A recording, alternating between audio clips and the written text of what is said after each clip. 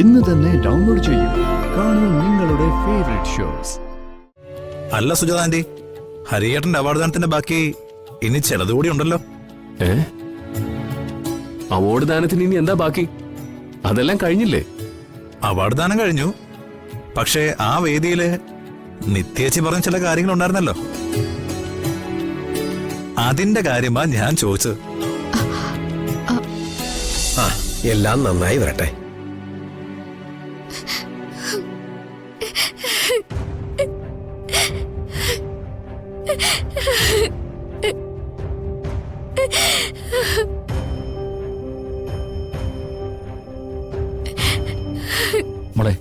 മോളുടെ ദേഹം മൊത്തം നനഞ്ഞിരിക്കല്ലേ, പോയി ഡ്രസ് മാറ്.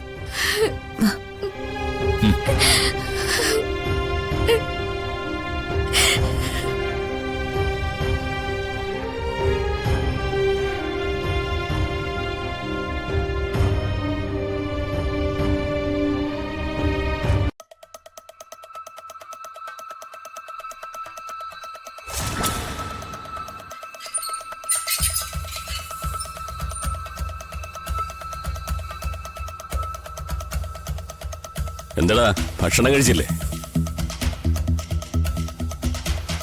ഇല്ല സാർ. കാരണം? വിശപ്പിലായിരുന്നു. കഴിക്കാൻ പോയപ്പോ വൊമിറ്റ് ചെയ്യാൻ വന്നു. എന്താടാ, അടവാണോ? ഭക്ഷണം കഴിക്കാതിരിക്കുക, എന്നിട്ട് ക്ഷീണിതനാവുക, ഹോസ്പിറ്റലിലേക്ക് കൊണ്ടുപോകണമെന്ന് പറഞ്ഞ് ബഹളം വെക്കുക, അതൊക്കെയാണ് ഉദ്ദേശമെങ്കിലേ നടക്കില്ല.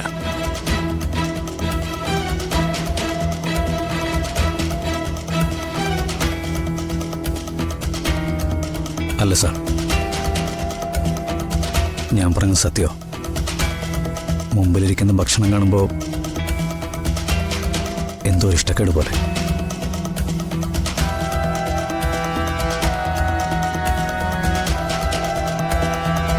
സത്യം പറഞ്ഞ നീയൊക്കെ ചെയ്തു കൂട്ടുന്ന കാര്യങ്ങൾക്കനുസരിച്ച് നിന്നെയൊക്കെ പട്ടിണിക്കിട വേണ്ടത്. പക്ഷെ ജയിലിലെ നിയമം അങ്ങനെയല്ലല്ലോ. കൃത്യമായി ഭക്ഷണം കഴിച്ചോളണം, കേട്ടല്ലോ? ശരി സാർ. ഇവൻ ഭക്ഷണം കഴിച്ചില്ലെങ്കിൽ റിപ്പോർട്ട് ചെയ്യണം. കഴിപ്പിക്കേണ്ട വിധമൊക്കെ എനിക്കറിയാം.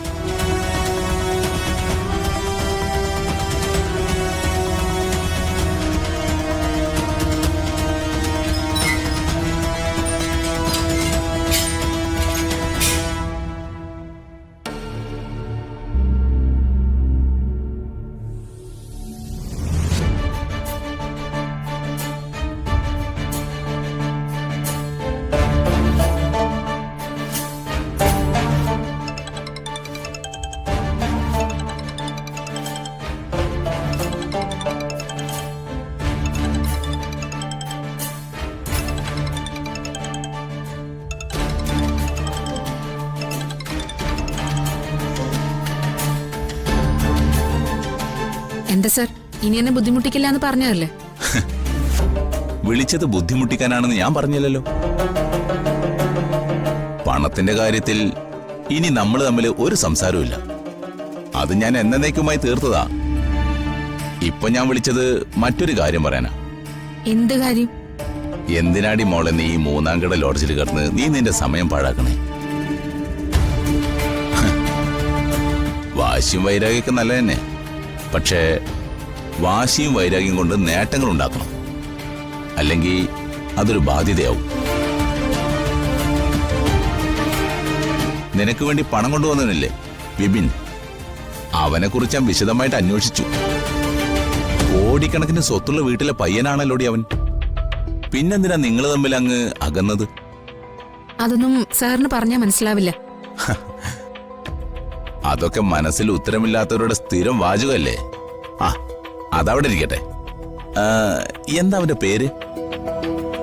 ആ, വിപിൻ. അവനിപ്പോ നിന്റെ മുമ്പിൽ വെച്ച് നീട്ടുന്നത് ഒരു ജീവിതമാണ്. അത് നിനക്ക് സ്വീകരിക്കാം, സ്വീകരിക്കാതിരിക്കാം. സ്വീകരിക്കുകയാണെങ്കിൽ നീ നിന്റെ സിനിമാ മോഹങ്ങളൊന്നും മാറ്റിവെക്കേണ്ടി വരില്ല. സമ്പന്നനായ നിന്റെ ഭർത്താവിനോട് ആഗ്രഹങ്ങളൊന്നും അറിയിച്ചാൽ മതി. എനിക്ക് നിന്നെ ഉപദേശിച്ച് നന്നാക്കിയിട്ട് എനിക്ക് പ്രത്യേകിച്ച് പ്രയോജനമൊന്നുമില്ല. ഇപ്പോഴത്തെ അവസ്ഥയിൽ നീ ഒന്ന് രക്ഷപ്പെടട്ടെ എന്ന് കരുതിയുള്ളൂ. പിന്നെ അവന് നിന്നോടൊപ്പം ജീവിക്കാൻ അവകാശമുണ്ടല്ലോ. മോളെ, ജീവിതത്തിൽ ഒരു പാടാ. പ്രളയം വന്നു എന്ന് മനസ്സിലാക്കിയ ആദ്യത്തെ തോണിക്കാരന്റെ കൂടെ സ്ഥലം വിട്ടേക്കണം. കാത്തു നിൽക്കാൻ പാടില്ല. എന്നാ ശരിയടി പെണ്ണെ, നീ ആലോചിച്ച് എന്താ വേണമെന്ന് വെച്ചാ ചെയ്തോ.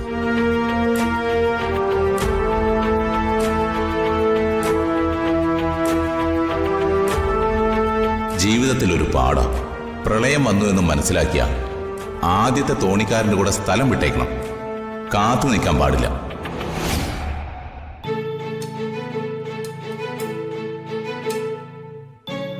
മതി മോളെ.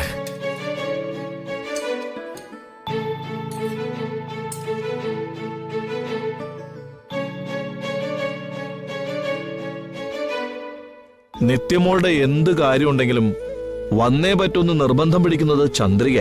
ഓ ആ, വരാൻ പറ്റാത്തതിൽ അവൾക്ക് നല്ല സങ്കടമുണ്ട്. അല്ല, എന്താ ശരിക്കും പറ്റിയത്? ആ, വാദത്തിന്റെ ഒരു ബുദ്ധിമുട്ടുണ്ടായിരുന്നു. അതെങ്ങനെയാ? ഡോക്ടറെ അടുത്തേക്ക് പോകാൻ വിളിച്ചാ വരില്ല. ഇപ്പൊ അതങ്ങോട്ട് കൂടി കാല് നിലത്ത് കുത്താൻ പറ്റാത്ത അവസ്ഥയിലായി.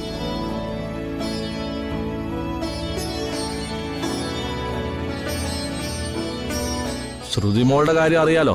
അവൾക്കാണെങ്കിൽ പരീക്ഷയുടെ തിരക്കും.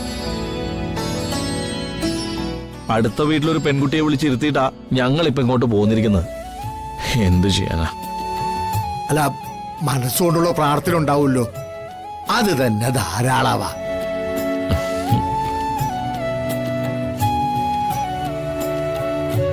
അല്ല സുജാത ആന്റി, ഹരിയേട്ടന്റെ അവാർഡ് ദാനത്തിന്റെ ബാക്കി ഇനി ചിലതുകൂടി ഉണ്ടല്ലോ. അവാർഡ് ദാനത്തിന് ഇനി എന്താ ബാക്കി? അതെല്ലാം കഴിഞ്ഞില്ലേ? അവാർഡ് ദാനം കഴിഞ്ഞു. പക്ഷേ ആ വേദിയില് നിത്യേച്ചി പറഞ്ഞ ചില കാര്യങ്ങൾ ഉണ്ടായിരുന്നല്ലോ. അതിന്റെ കാര്യമാ ഞാൻ ചോദിച്ചത്.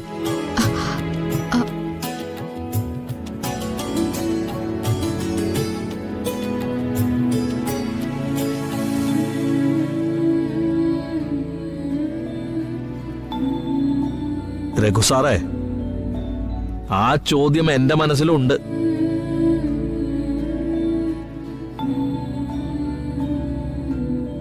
പരസ്പരം ഇഷ്ടമാണെന്ന് 4 ആള് കേൾക്കെ ഇവര് പറഞ്ഞു. പക്ഷെ അതുകൊണ്ടായില്ലോ. അതിന് ഇവരൊരുമിച്ചൊരു ജീവിതം ആരംഭിക്കണ്ടേ? അതെ, ബലി അർപ്പിച്ച് സാധാരണേട്ടന്റെ ആത്മാവിനെ സന്തോഷിപ്പിച്ചു. പക്ഷേ ആ സന്തോഷം പൂർത്തിയാവണമെങ്കിലേ ഇക്കാര്യത്തില് ഒരു തീരുമാനം എടുത്തേ പറ്റൂ. അല്ല, മോളുടെ അച്ഛന്റെ കൂടെ ആഗ്രഹമായിരുന്നല്ലോ അത്, അല്ലേ സുജാതെ? അതെ, എല്ലാവരും കൂടി ഒരു തീരുമാനം എടുക്കുകയും വേണം. എത്രയും പെട്ടെന്ന് തന്നെ അത് നടത്തുകയും വേണം.